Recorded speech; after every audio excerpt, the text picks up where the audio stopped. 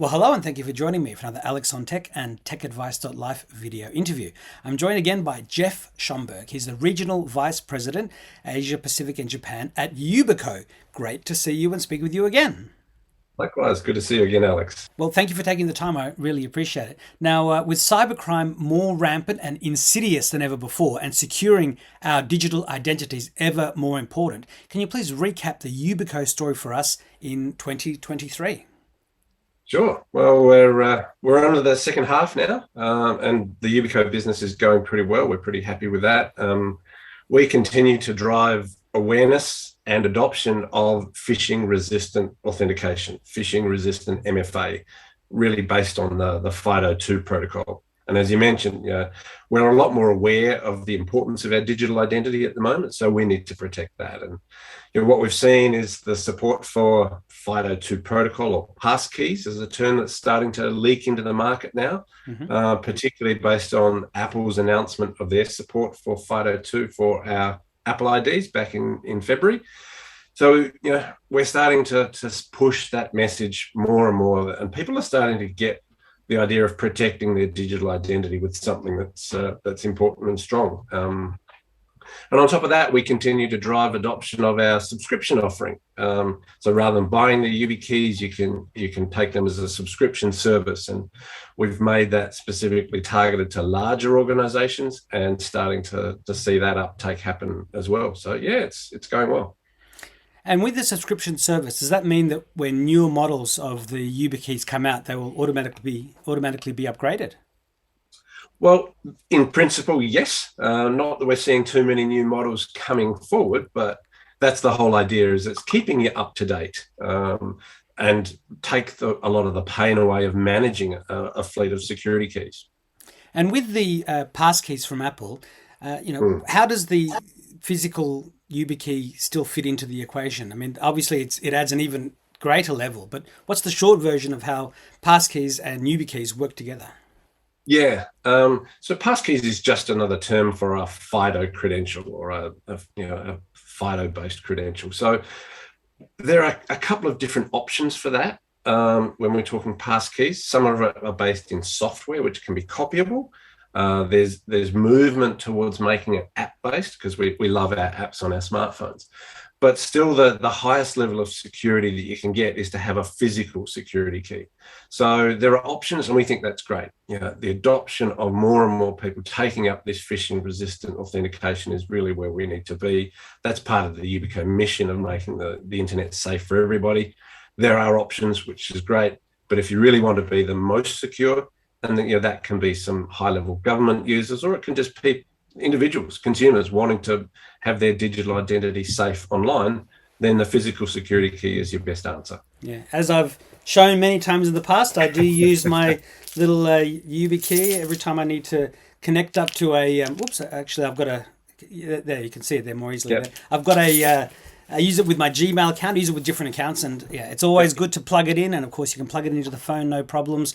Whether it's a Chromebook or a Android device or a iPhone, it's easy. Okay, so look, as we record, the big Tech in Gov conference is about to start in Canberra on Tuesday and Wednesday. I think it's the 8th and 9th of August. And an annual assessment of Commonwealth cyber posture in Australia showed that nearly 90% of Australian government entities still aren't implementing basic cybersecurity or resilience protections, despite the obvious growing risk. And, while adopting basics like the Essential 8, which the government trumpets, is obviously important and it's improving, most entities aren't at a minimum at these minimum maturity levels and aren't utilizing cyber specialist assistance. So from your point of view, why is this? And when the cost of not doing the right thing is just so obviously high.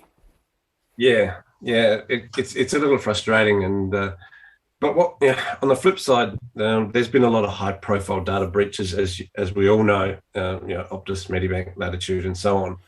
And I think, as I was saying before, that's really raised the awareness of the importance of digital identity and the impact if that digital identity is compromised. So, the level of awareness is increasing. Yes, it's not there at the moment. the AFD have lifted the game, the Australian Signals Directorate, with the Essential 8. As of December last year, they upgraded their advice to be at the highest level of maturity level in the Essential 8. For authentication, you need to be phishing resistant. So that means a FIDO2 or a smart card as the options there.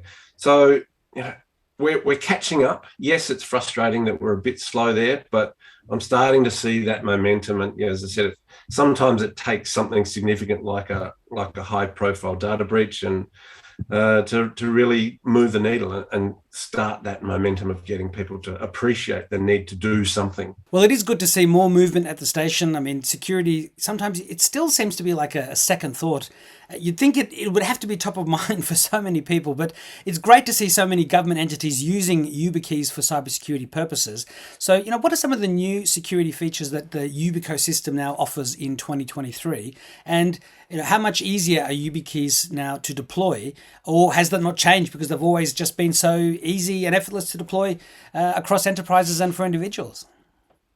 Yeah, look, there's really not been any new security features. As I said before, the real focus is on the adoption of the FIDO2 protocol. So driving that standard has been important and making that more and more available. So behind the scenes within Yubico, working with the FIDO Alliance to bring more and more players onto that game. So yes, Microsoft are doing it, Apple doing it, all the identity access management players are doing it.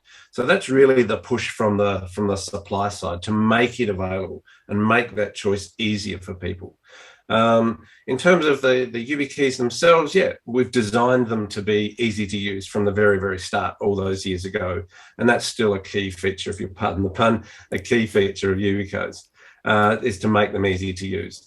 So the challenge is now not so much around the technology, but it's around the logistics of deploying them at scale. And that's where our subscription offer comes in, to try and take the pain away. How do I get them to all my workforce distributed across the country? How do I manage the adds, moves and changes as we change our devices and my laptop gone from a USB-A to a USB-C? Do I need a new key? So trying to take that pain away and make it easier to deploy and manage has really been the focus where we're at now.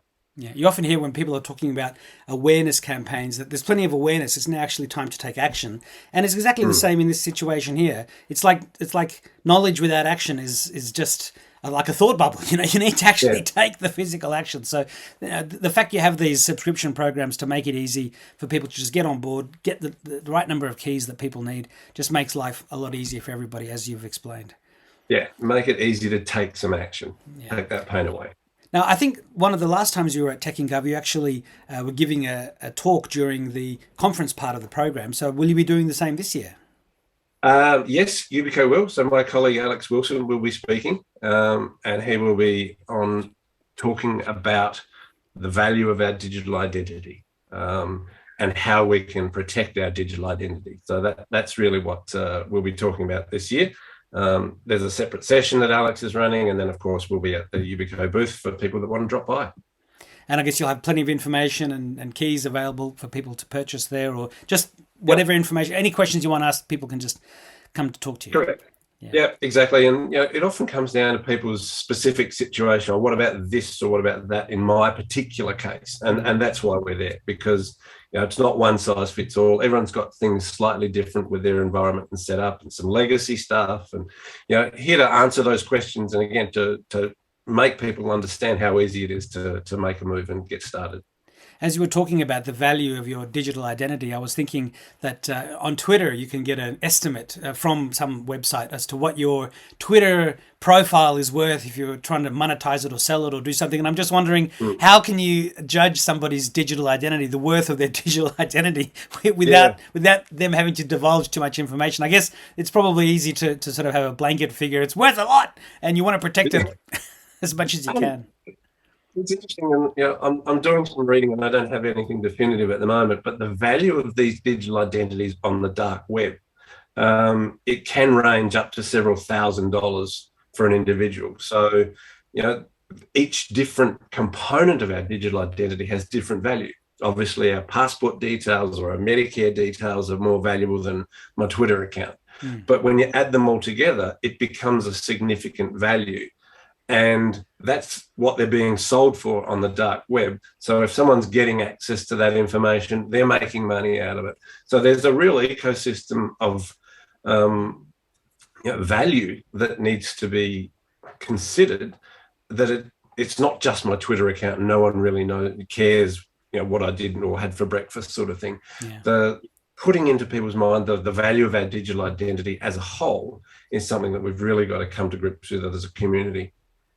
And look, making sure that you do use two-factor authentication, and especially something physical, is important. I've got friends that rang me the other day and they said, "Oh, my iCloud's running out of space. Didn't we just upgrade that recently? What's going on?" So I said, "Look, let me TeamViewer into your computer and have a look." And I saw the email, and it kind of looks plausible. But when you click on who it's from, it's some nonsensical address, nothing to do with Apple. And there's even a link. And if you click it, which they had, it was open. The web address was something like turquoise something.net or something. It was just completely nothing to do with Apple at all. But they were there asking you to type in your username and password and enter in your credit card details. And if people are aware that they have a physical key that the company they're dealing with knows about, you don't have to type in any numbers to get any SMSs, then you can sort of be automatically trained not to fall for these sorts of scams, because they're just rampant. I mean, you must have seen a huge increase just in your own personal life.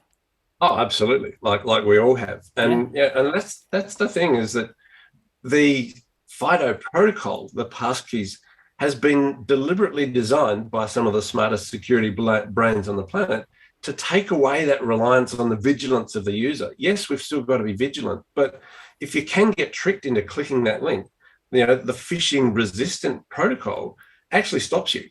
So it's a kind of a feel-good factor to know that you've got the technology working for you, that you don't have to rely on the vigilance of the individual user, because we're all busy, we all get emails, and sometimes it looks legit, so you can click on that link. So having the technology there as the backstop to stop you if you do make that click by mistake is a really reassuring thing. Yeah, I got called by somebody purporting to be from Vodafone. I just cancelled one Vodafone account, still had another. They were offering half price for 6 months. And I was very skeptical from the word go, but somehow they got a PIN number from me, which is not the PIN to give them access to my full account.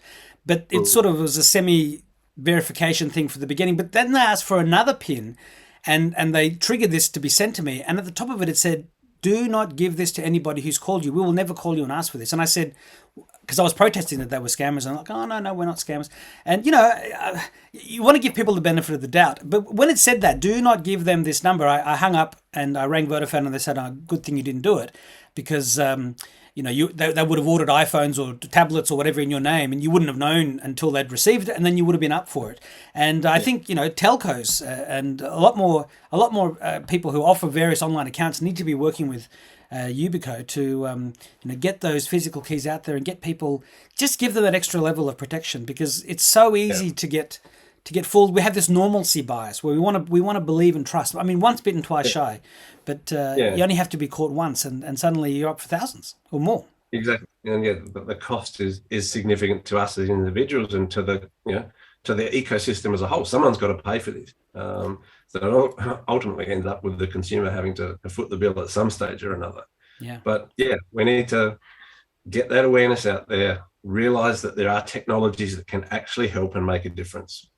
So is there anything else that we need to know about Yubico and YubiKeys in 2023? And following that, what is your final message to the viewers and the readers? Yeah, in terms of the rest of the year in 2023, there's no new products coming out. As I said, it's about driving adoption and awareness of phishing-resistant authentication. We continue to invest in growing the market here in Australia, so we're looking to make it easy for people to take these steps. Final message, I guess, we've talked a bit about it today, our digital identity.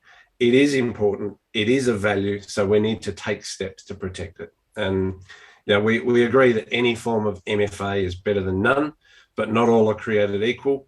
And if your digital identity is of value, treat it that way and protect it with the strongest authentication you can get, which is the FIDO2 phishing-resistant passkey-based authentication. So that's really the message that we're taking to the market. That's the message we'll be talking about at Tech in Gov. We're excited to be there. And let's bring it on. Looking forward to it. Yeah, I look, and I can vouch. USB-A, USB-C, NFC. The technology is mature. You just have to use it. If you're not using it, then you're not protected. So, Geoff, thank you very much for your time, and have a great Tech and Gov. Great. Thanks so much, Alex, and hope to see you there. Thank you. Bye bye.